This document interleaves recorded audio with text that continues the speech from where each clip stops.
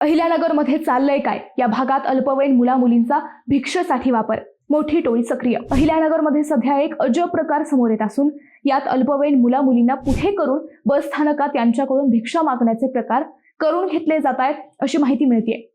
हा प्रकार संगमनेर भागात दिसून येत असून संगमनेर प्रवाशांकडे शहर आणि परिसरातील रस्त्यांवर नागरिकांकडे ही मुले-मुली भिक्षा मागताना दिसतात. मुले-मुली 7-8 वर्षे किंवा त्यापेक्षाही कमी वयाची असून अनेक जण त्यांना सहज 5-10 रुपये देतात. मात्र त्यांचे पालक काय करतात? मुलांवर भिक्षा मागण्याची वेळ का आली?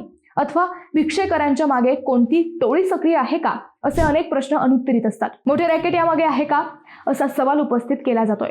लहान मुलांकडून भीक मागून घेणे हा गुन्हा आहे. शेकडो प्रवाशांकडे दररोज येणाऱ्या जाणाऱ्या नागरिकांकडे ते भिक्षा मागतात. त्यांना अनेक जण सहज 5-10 रुपये देतात. असे असताना त्यांच्याकडे दररोज जमा होणाऱ्या पैशांचे ते काय करतात? भिक्षा मागणाऱ्या अल्पवयीन मुला-मुलींसोबत काही महिला आणि पुरुषही दिसतात. त्यामुळे या महिला कोण आहेत याचा शोध घ्यावा. अल्पवयीन भिक्षेकरी मुला-मुलींची सुटका करून त्यांच्याकडून भीक मागून घेणाऱ्यांवर कारवाई करावी अशी मागणी संगमनेरकर करतायत.